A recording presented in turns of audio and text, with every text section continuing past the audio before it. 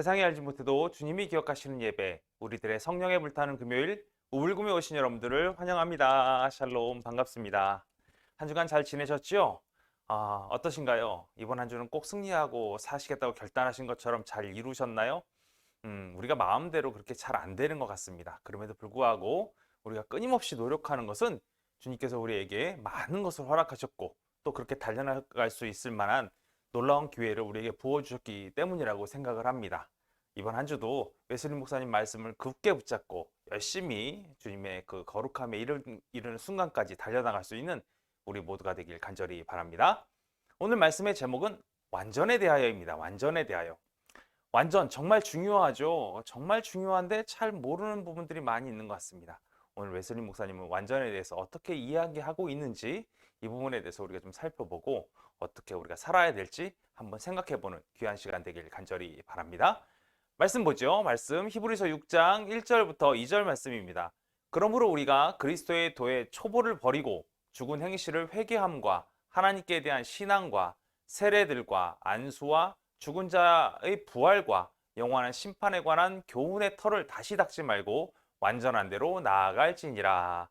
아멘. 많은 사람들이 완전에 대해서 많이 오해하고 있는 부분들이 있는 것 같습니다.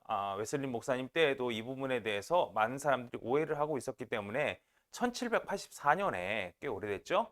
성결과 완전에 대한 설명을 이렇게 이야기하는 이 글을 쓰셨어요. 그럼 완전의 정의, 또 이 세상에서 도달 가능한 죄 없는 상태를 웨슬리 목사님이 이렇게 설명했습니다.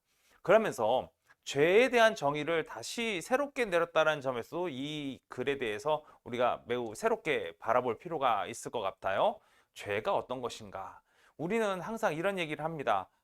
우리는 완전으로 다가가고 싶지요. 그럼에도 불구하고 우리가 육체 때문에 혹은 우리의 마음 때문에 이게 잘 안 됩니다. 그리고 어떻게 이 세상에서 죄를 안 짓고 살 수가 있습니까? 라고 얘기하는 것들을 많이 들어왔어요. 그럼 과연 웨슬리 목사님이 생각하고 계신 완전이라는 것이 어떤 것인지, 그래서 오늘 본문이 얘기하고 있는, 즉 성경에서 이야기하고 있는 히브리 기자가 얘기하고 있는 이 중요한 포인트와 웨슬리 목사님은 이 포인트를 어떻게 이해하고 있는지 이 부분에 대해서 우리가 한번 생각해 봤으면 좋겠습니다. 먼저 히브리서에 나와 있는 이 사도가 암시하는 중요한 요점은 하나님께서 허락하시면 한 번 빛을 받고, 그렇죠? 하나님께서 허락하셨기 때문에 우리가 빛을 받을 수 있잖아요. 그럼 우리가 어떤 걸 맛봐요? 하늘의 은사를 맛볼 수 있게 돼요. 또 성령에 참여된 자가 되죠, 우리는. 그리고 또 하나님의 선한 말씀과 내세의 능력을 다 맛볼 수 있습니다. 그런데 이렇게 모든 것을 다 맛보고도 타락한 이는 다시 회개할 수 없다라는 것이 매우 중요한 요점이에요. 다시 그 길을 걸어갈 수 없다라는 거죠. 이게 문제가 된다는 거예요. 즉 우리가 완전으로 끊임없이 나아가지 않는다면 우리는 어떤 상황 속에 빠져 있냐면 타락의 위험 속에 계속해서 빠지게 될 수밖에 없다는 거예요. 그래서 이 완전이 매우 중요하다는 거죠. 그래서 웨슬리 목사님은 이 완전에 대해서 이렇게 정의 내리고 있어요. 완전이란 무엇인가? 하나씩 체크해 보는 거죠. 완전은 첫 번째로 천사들과 같은 완전은 아니다. 이렇게 얘기하고 있어요. 천사들과 같은 완전은 아니다. 천사들도 피조물이잖아요. 근데 천사들은 인간처럼 많이 죄를 짓나요? 천사들은 그렇지 않더라는 거예요. 천사라고 불리는 것 자체가 되게 선한 이미지를 갖고 있잖아요. 천사들은 인간처럼 죄를 짓지는 않는 것 같아요. 그들의 지식의 한계, 뭐 헤아려서 할 수 있는 많은 것들, 뭐 하나님과 같진 않겠죠. 그렇지만 인간보다 많은 것을 갖고 있습니다. 그 다음에 그들이 자의적으로 행할 수 있는 것들이 극히 제한적일 수밖에 없겠죠. 이들은 하나님의 명령에 의해서만 움직이기 때문에 그렇습니다. 그럼에도 불구하고 그들은 실수를 하지 않습니다. 그러나 인간은 어떻습니까? 어떤 이들도 육체 안에 있는 한 천사와 같은 그렇게 실수하지도 않고 한계가 있긴 하지만 분명한 한계가 있긴 하지만 천사와 같은 완전을 획득할 가능성은 절대 없다라는 거예요. 그럼 완전히 없다라는 거죠. 두 번째로 아담과 같은 완전도 얻을 수 없다. 여기서의 아담은 타락 이전의 아담을 얘기하고 있어요. 타락하기 이전의 아담과 같은 완전도 우리는 얻을 수 없다. 타락 이전의 아담은 어땠습니까? 매우 순수했죠. 죄로부터도 자유로웠습니다. 심지어 천사들로부터도 자유로웠어요. 그런데 이 놀라운 아담이 하나님을 대적한 이후 수많은 실수를 범하게 되었죠. 또 나쁜 감정을 피할 수 있었습니까? 아니요, 없었어요. 생각이나 행동, 이것이 항상 올바를 수 없었어요. 이것이 자꾸 내 의도와는 의도와 상관이 있었든 없었든 자꾸 안 좋은 쪽으로 빠져들 수 있을 만한 환경이 되어버렸다는 거예요. 어떻게 해요? 하나님을 대적한 이후로 그가 그렇게 바뀌었다는 거예요.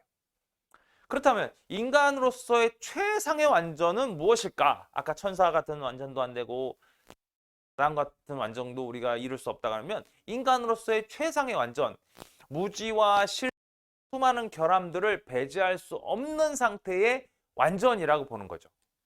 실수할 수 있잖아요. 그렇잖아요. 지금도 많은 사람들이 실수를 하죠. 우리 수많은 결함들을 가지고 있잖아요. 어쩔 수 없는 상태잖아요. 이게 우리 상태라는, 이것이 최상이라는 거예요. 이 이상의 완전은 우리가 볼 수 없다라는 거죠. 어떤 사람이 이런 얘기 합니다. 이런 것밖에 안 된다면 우리는 여전히 실수하면서 살아가야 하고 하나님의 구원에서 벗어난 사람으로 살 수밖에 없느냐? 맞습니다. 그게 맞습니다. 구원에서 벗어날 수밖에 없는 수많은 실수와 무지, 그 다음에 결함, 이것들을 배제할 수 없는 상태가 인간으로서의 최상의 완전이에요. 악을 하더라도 결국 인간이 할 수 있는 최선의 말은 다른 것이 아니죠. 주님, 저의 모든 것마다 당신의 죽음의 공로가 절대적으로 필요합니다. 주님의 공로로 인해 율법 아래 있지 않고 사랑의 법 아래 있게 되는 것, 타락한 인간에게 주어진 사랑은 율법의 완성이라는 거예요. 이것이 대단한 거예요. 우리가 이것을 깨달아야 돼요. 우리가 할 수 있는 말이라는 게 뭐예요? 주님에 의지하는 수밖에 없다라는 거예요. 아까도 말씀드렸지만 우리 인간이 할 수 있는 최대한의 최상의 완전은 이런 것들을 배제하고 실수 같은 걸 배제할 수 없는, 그러니까 어떻게 보면은 항상 죄를 질 수밖에 없는 상황이기 때문에 우리는 하나님께 매달릴 수밖에 없는 거예요. 주님의 공로로 우리는 우리에게 주어주신 그 놀라운, 그냥 우리에게 그냥 마음껏 베풀어 주신 그 사랑, 이것이 완성되어지는 것. 이것이 우리에게 주어진 완전한 율법이라는 거죠. 이 살아있는 인간은 속죄의 피를 필요로 할 수밖에 없고요. 그것 없이는 하나님 앞에 설 수 있을 만한 존재가 아니다라고 하는 것을 고백함으로 말미암아 끊임없이 그리스도를 붙잡고 사는 것, 이것이 완전이라는 거예요. 주님 한 분만으로 만족하고 사는 것. 그래서 웨슬리 목사님은 인간이 할 수 있는 완전이라는 것은 주님 하신 명령, 내 아들아, 네 마음을 나한테 줘라, 이것을 지키는 거예요. 내 마음을 다하고 정신을 다하고 해서 주 너의 하나님, 이거 완전이라는 거예요. 다 주님 앞에 내어드리는 것, 이것이 완전이라는 거예요. 하나님 사랑. 그리고 두 번째는 뭐예요? 하나님을 사랑하듯 내 이웃을 내 몸과 같이 사랑하는 것. 이것이 그리스도인의 완전, 그 전체를 포함하는 완벽한 완전이라는 거죠. 여기서는 사랑을 제외하고는 다른 것이 없다라는 거예요. 하나님께 우리의 모든 것을 드리는 그 사랑, 그리고 우리 주변에 있는 이웃들을 내 몸과 같이 하나님 사랑하듯 사랑하는 것, 이것이 완전이라는 거죠. 또 다른 관점은 너희 안에 이 마음을 품으라 곧 그리스도 예수의 마음이니라는 말씀을 우리가 보고 붙잡는 거예요. 하나님과 인간 모두를 향한 모든 심정과 감정, 그리고 모든 성향 전체를 다 포함한다는 이 얘기죠. 우리 안에 어떤 마음을 품는 거예요? 그리스도 예수의 마음을 품는 거예요. 그리스도의 마음을 품는다는 건 하나님과 인간 모두를 향한 그런 감정, 이런 걸 다 포함할 수밖에 없는 거죠. 무엇에든지 경건하며 무엇에든지 사랑할 만한 것들을 우리가 계속 우리 마음속에 품어가는 것을 이야기하는 거예요. 자, 그렇다면 이것은 하나님께서 주신 완전이라고 한다면 우리 그리스도인, 예수를 믿고 있는 사람들, 이제 이게 아까 이 위에 부분, 지금까지 설명한 부분이 완전이라는 부분으로만 설명할 수 있다고 한다면, 모든 인간이 그렇게 살아야 합니다라는 부분으로 우리가 해석할 수 있다면, 과연 믿고 있는 우리들은 어떤 완전을 갖고 있어야 하는가? 먼저 갈라디아서에 이런 말씀이 나옵니다. 성령의 열매가 나오죠. 사랑과 희랑과 화평과 오래 참음과 자비와 양성과 충성과 온유와 저는 이 말씀을 볼 때마다 늘 항상 느껴지는 것들이 있습니다. 참 많은 기독교인들이요, 성령의 능력은 많이 구합니다.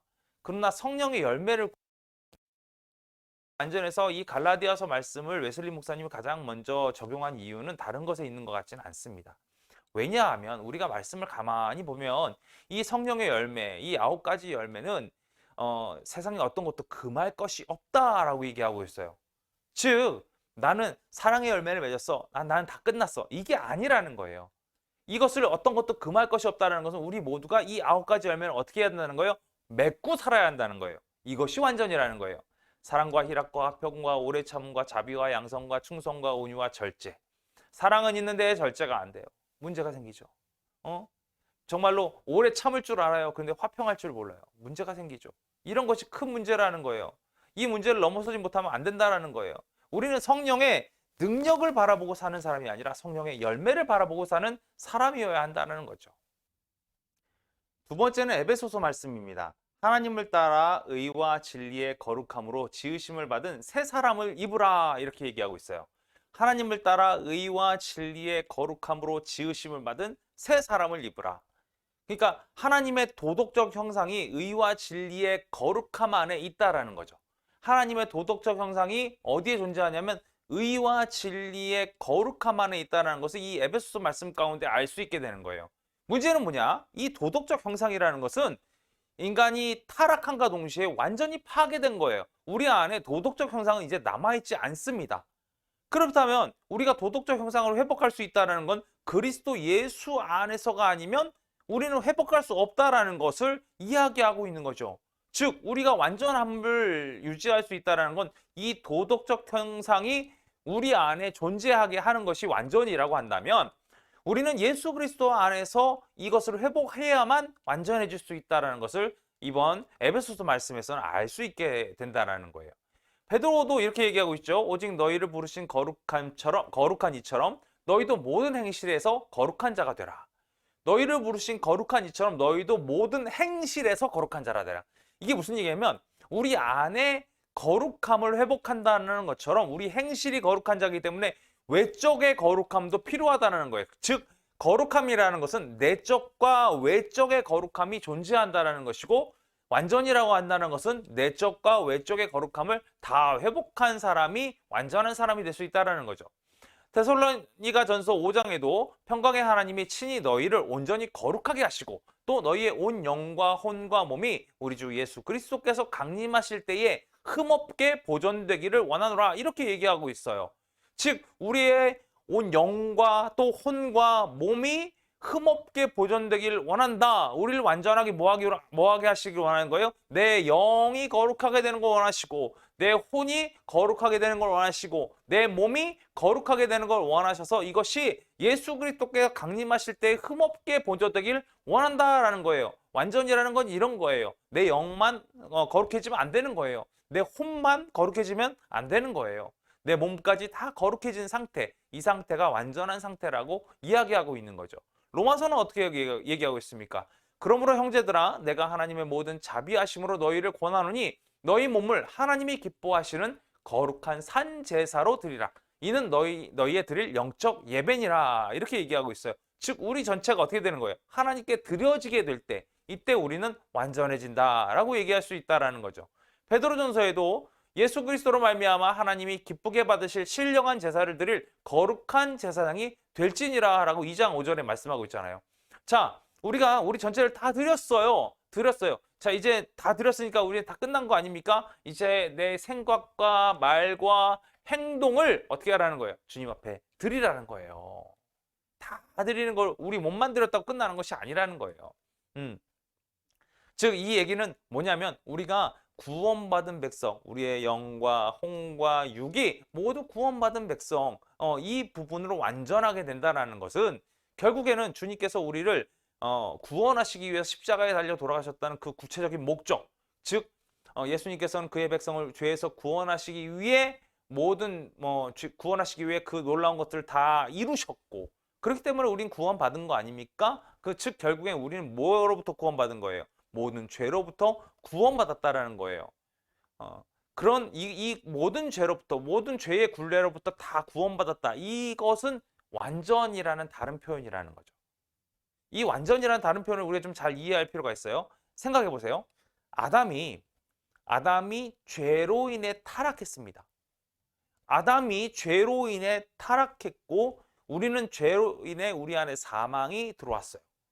자, 그렇다면 우리가 영생을 얻게 된다는 것은 사망에서 이김을 받았다는 거예요. 예수 그리스도께서 사망을 이기신 첫 번째 열매가 되셨기 때문에 우리는 예수 그리스도를 믿음으로 말미암아 죄에서 멀어지고 다시금 영생하는 구원받은 백성이 되었다라는 거죠. 그러니까 우리가 모든 죄로부터 구원받았다는 것은 사망을 이기는 자들이 된다는 얘기고, 사망을 이기는 자들이 됐다는 것은 우리 안에 죄가 도말되어지는 은혜가 있었다라는 거죠. 즉 이것이 완전이라는 거예요.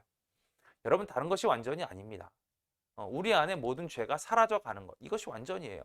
우리는 이 완전을 위해 끝없이 성화의 길을 달려나가야 한다는 거예요. 인간으로서 지을 수 있는 완전, 천사의 완전까지 우리 다다를 수 없는 거 알잖아요. 타락 이전에 아담의 모습까지 우리가 다다를 수 있지 못합니다. 그럼에도 불구하고 우리가 계속해서 그리스도를 믿는 믿음으로 주님께 붙잡고 나간다고 한다면 이 완전의 다른 표현, 즉 구원받은 백성으로의 삶을 살아가는데 부족함이 없을 줄로 믿습니다. 왜냐하면 주님께서는 우리를 위해서 이런 약속을 하셨기 때문에 그래요. 우리를 절대로 고아처럼 내버려 두시지 않겠다. 이런 약속을 했기 때문에 그렇죠.